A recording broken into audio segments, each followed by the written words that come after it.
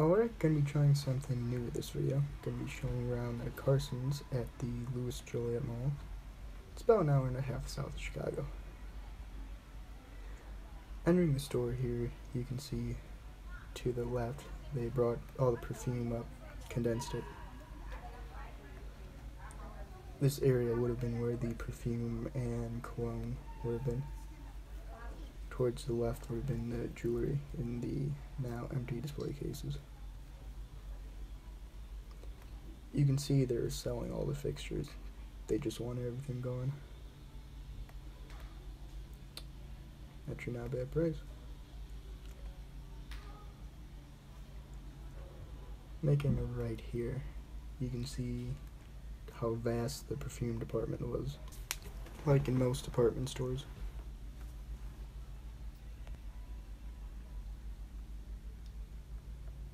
Now this would all have been women's accessories, purses, things like that. It all been still out by now. This was about a week before the store's official last day. The video was recorded on August 24th.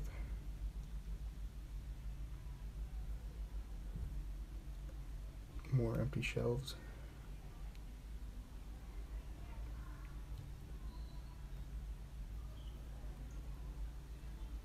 To the left, I'll show in a second, would have been the furniture.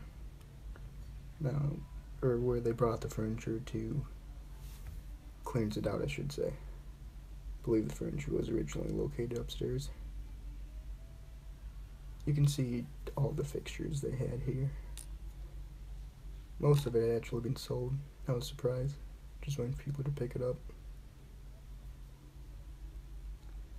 Coming around here, I thought this was interesting. I saw these big boxes and I didn't know what was in them, and it turns out it was hundreds of coat hangers. Only $5 for that big box. It's not a bad deal.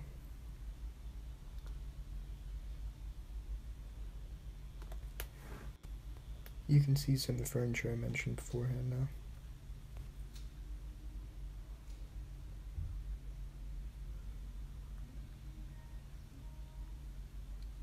So now just some history about this store in the mall.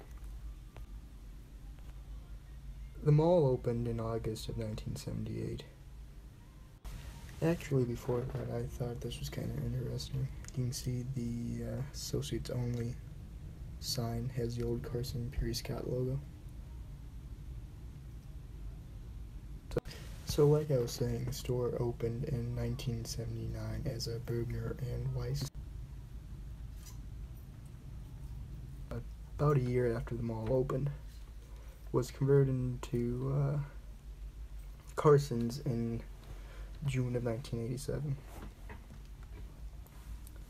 It's one of the mall's 4 anchor stores, or was. The others are Sears. Yes, the Sears in this mall is still opened. Actually was decently crowded when I was in there too, for Sears. Macy's and JCPenney's.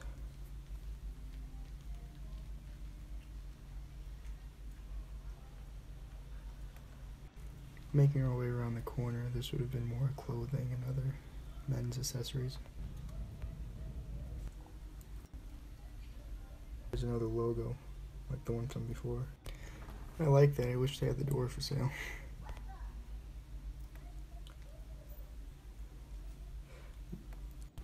It was really crowded, but that's to be expected at a going out of business store, especially in the last week. They still had up the internet kiosk. This was interesting. Didn't load though. I don't know what you buy from it.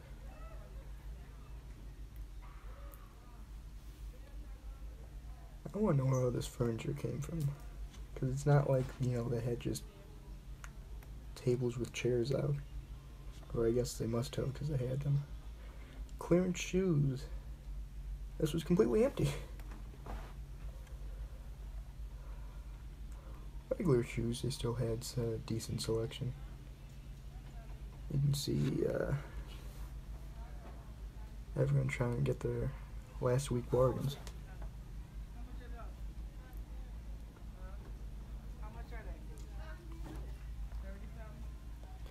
Over here, this would have been the jewelry. From what I saw, all the jewelry had been sold by now. Just had some boxes and stuff like that left.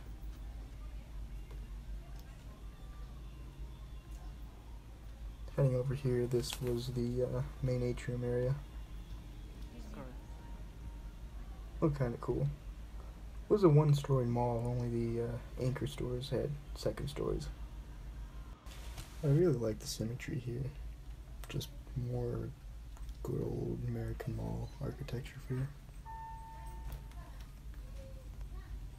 Up in the elevator now, you can see it was just beat up.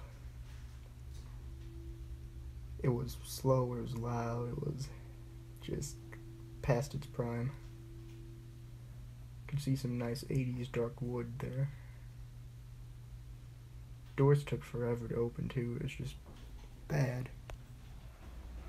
Alright, on the second floor. Over here would have been their furniture and mattresses. You can see along this wall here, they still had some art up on the wall for their signature collection. This was kind of bizarre. They just had a random price sign for a queen mattress frame that wasn't anywhere to be seen. This would all been men's accessories, ties, shirts, dress shirts.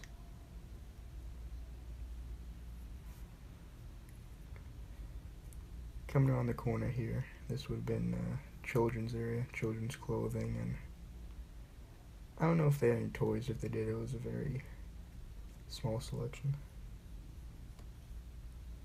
Infants,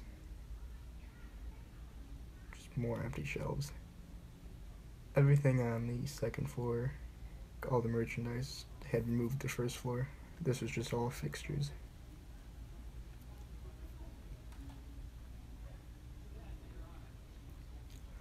On the right hand side, I don't really show it that much because there was a man complaining quite loudly in there. That would have been the customer service area.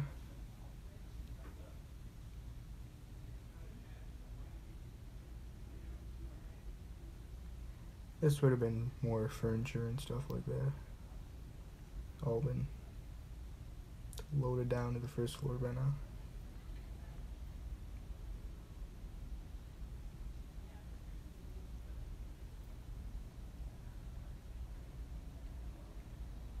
You gotta appreciate the mid-90s dark green carpeting too. This was all the big fixtures they had for sale. Only a couple of those were sold. That was kind of surprising. Over to the right, they had all the store mannequins. Still a lot of them. They were selling them for really cheap too.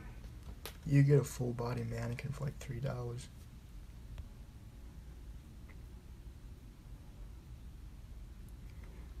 This would have been the restrooms. They were closed off for some reason. I don't know if you could see, but the doors back there had the old logo on them as well. All of the pictures from the walls were over here.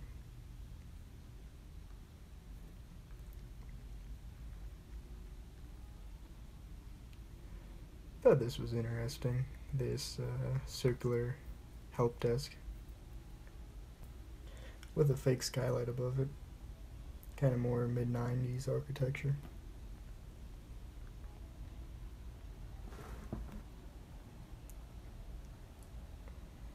Over in this area, I don't really show it, but they were selling their Christmas decorations, the stuff they'd use to decorate the store.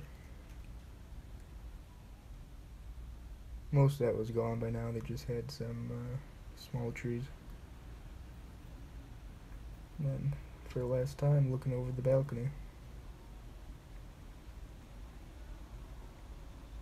Alright, that's it for this video. I hope you enjoyed. I should have a Max Force Thoughts video coming out sometime next week.